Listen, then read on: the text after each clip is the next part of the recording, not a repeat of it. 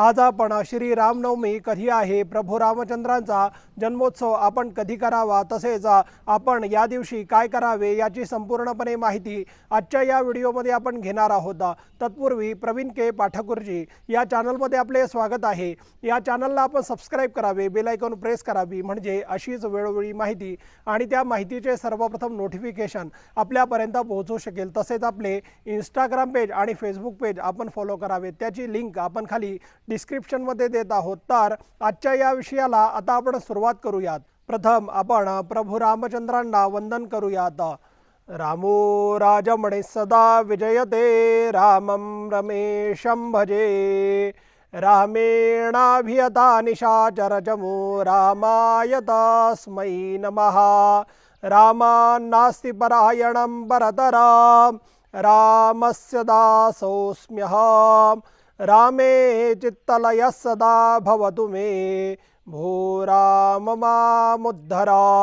प्रभु रामचंद्र भगवान की जय। 26 मार्च 2026 गुरुवार या दिवशी श्री रामनवमी ही आलेली आहे। या दिवशी आपण सकाळी लवकर उठावे, शुचिर्भूत व्हावे, प्रभू रामचंद्रांचे काही स्तोत्र मंत्र आपल्याला जर येत असतील तर ते आपण आवर्जून म्हणावे। आपल्याला प्रभू रामचंद्रांचे स्तोत्र म्हणता येत नसेल तर त्या स्तोत्राचे आपण श्रवण करावे। हा संपूर्ण दिवस आपण प्रभू रामचंद्रांच्या उपासनेमध्ये, आराधनेमध्ये घालवावा। श्री रामनवमीच्या दिवशी आपण माध्यान्हकाळी प्रभू रामचंद्रांचा जन्मोत्सव आनंदाने व उत्साहाने साजरा करावा। जर आपल्याला रामरक्षा हे स्तोत्र म्हणता येत असेल तर ते स्तोत्र आपण या दिवशी आवर्जून म्हणावे अथवा श्रवण करावे। रामरक्षा हे स्तोत्र पठन अथवा श्रवण केल्याने त्या व्यक्तीभोवती एक ऊर्जा लहरी तयार होतात आणि अनिष्ट शक्तींपासून त्याची रक्षा होते। याकरिता कोणतेही स्तोत्र एका लयीत सुरात म्हणणे आवश्यक आहे। रामरक्षा हे स्तोत्र आपण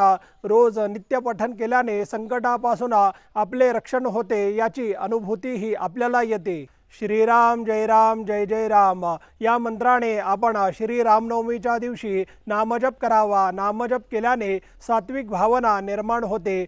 श्री रामनवमीचा दिवस आपण भक्तिभावाने व्यतीत करावा। या चॅनलला आपण सबस्क्राइब करावे। धन्यवाद।